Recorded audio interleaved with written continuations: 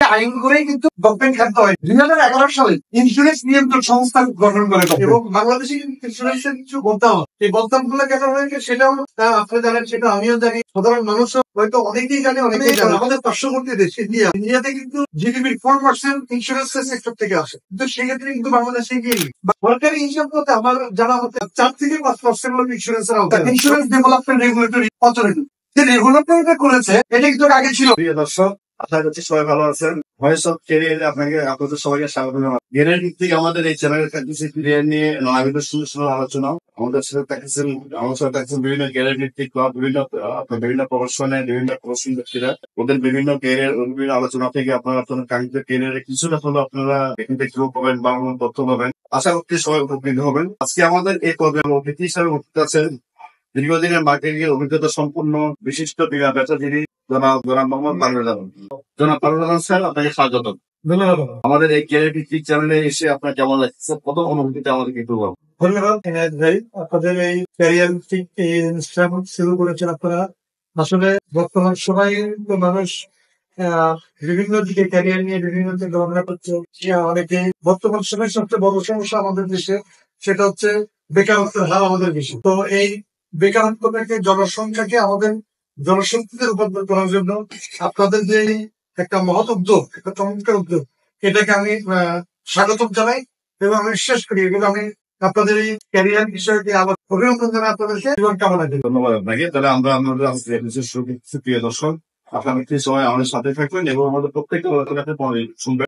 Parvez sir, আপনার বিমা ব্যবসায় ক্যারিয়ারটা শুরুটা পাইতো? বিষয়টা হচ্ছে আমি বিমা ব্যবসা শুরু করি আমার বেশি দিনের নয়। মূলত হচ্ছে আমার আইটি প্রতিষ্ঠান ছিল 2021 সালের মাঝামাঝিতে, অর্থাৎ মে মাসের দিকে আমি আমার একটা বিমা কোম্পানির আমি অফার পাই এবং অফার পাওয়ার পরে আমি তাদের প্রধান কার্যক্রম গুলো দেখি। দেখার পরে আমার কাছে মনে হয় আসলে এটা বাংলাদেশের বিশাল একটা পরিকল্পনার জন্য এই কোম্পানিটা মূলত এই সেক্টরটা বাংলাদেশের একটা আপামর জনসাধারণের জন্য একটা আশীর্বাদ শুরু এবং এই সেক্টরটাকে ক্যারিয়ার হিসেবে নেওয়া গেলে এখান থেকে একটা ডেভেলপমেন্ট সম্ভব।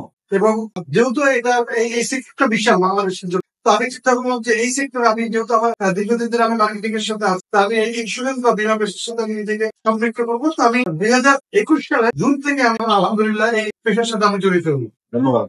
এই বিমা সেক্টরটি আসলে কত বড় সেক্টর, মানে এটাকে খালি চোখে দেখা যায় না, সেক্টরটা কি ধরনের মনে করতে হয়েছে, কত বড় জবের ক্ষেত্রে সব ক্ষেত্রে?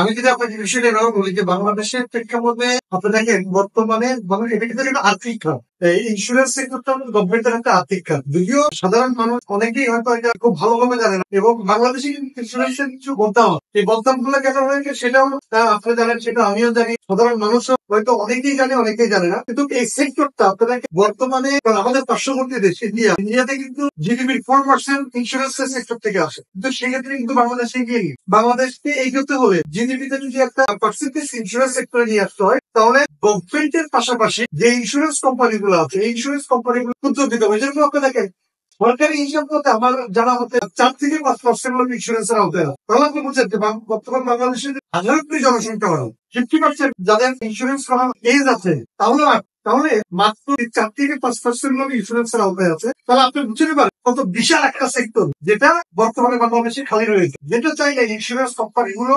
ইন্স্যুরেন্স ক্যারিয়ার হিসেবে যারা এখানে আসবে, ইন্স্যুরেন্স এজেন্ট হিসেবে যারা কাজ করবে, তারা চাইলে এই সেক্টরে কিন্তু একটা মুভি করতে পারে। আমার মনে হয় বাংলাদেশের যতগুলো ইন্স্যুরেন্স কোম্পানি আছে প্রত্যেকটা ইন্স্যুরেন্স কোম্পানি দিয়ে ক্লিয়ার করা সম্ভব। একটা প্রশ্ন করেছেন, এক্ষেত্রে আমি আপনাকে বলবো ইন্স্যুরেন্স কোম্পানিগুলোতে কিছু প্রবলেম আছে। তবে বেশ কয়েকটা বাংলাদেশে আমার জানা মতে এই মুহূর্তে আপনার 36টার মতো ইন্স্যুরেন্স কোম্পানি আছে। এখন 36টা কোম্পানি সবাই কিন্তু প্রবলেম করছেন। 36টা কোম্পানির মধ্যে হাতে করে আপনি 5-7টা কোম্পানি পাবেন যাদের বিরুদ্ধে কিছু এলিগেশন আছে। এলিগেশন গুলো কি আপনি দেখেন যে তারা ডিউ টাইমে টাকা দিতে পারছে। এখন এই বিষয়টাকে নিয়ে গভর্নমেন্ট কি করেছে আপনাকে এক বুঝতে হবে। গভর্নমেন্ট কি করেছে আপনি দেখেন বাংলাদেশে কিন্তু 2010 সালে এই গভর্নমেন্ট ইন্স্যুরেন্সের আইনটাকে সংশোধন করে বা যুগোপযোগী একটা ইন্স্যুরেন্স আইন করে। শুধু 2010 সালে ইন্স্যুরেন্সের যুগোপযোগী আইন করেই কিন্তু গভর্নমেন্ট খাদ্য হয়। 2011 সালে ইন্স্যুরেন্স নিয়ন্ত্রণ সংস্থা গঠন করে গভর্নমেন্ট। আপনার ইন্স্যুরেন্স ডেভেলপমেন্ট রেগুলেটরি অথরিটি যে রেগুলেটরিটা করেছে এটা কিন্তু আগে ছিল ইন্স্যুরেন্স সেক্টরের জন্য এটা খুব বেশি দরকারি। কিন্তু ব্যাংকের রেগুলেটরি বাংলাদেশ ব্যাংক, কিন্তু ইন্স্যুরেন্সের কোনো রেগুলেটরি ছিল না, যেটা ইসরায়েল এসে কিন্তু এখন অলরেডি কাজ শুরু করে দিই। গভর্নমেন্ট আরো কি ডেভেলপ করেছে আপনি দেখেন যে 2020 সালে গভর্নমেন্ট বাংলাদেশের জাতীয় বীমা বিমার ঘোষণা করেছে মার্চের 1 তারিখ। আপনারা এটা দিয়ে থাকতেন। এবং গভর্নমেন্ট রিসেন্টলি আপনারা দেখেন যেটা চালু করেছে সেটা হচ্ছে ব্যাংক অ্যাসুরেন্স। এই ব্যাংক অ্যাসুরেন্স এর কারণে আপনাদের আমাদের পার্শ্ববর্তী দেশ ইন্ডিয়া ব্যাংক অ্যাসুরেন্স এর ফলাফল তারা ভোগ করছে। আমাদেরও কিন্তু ব্যাংক অ্যাসুরেন্স চালু হয়েছে।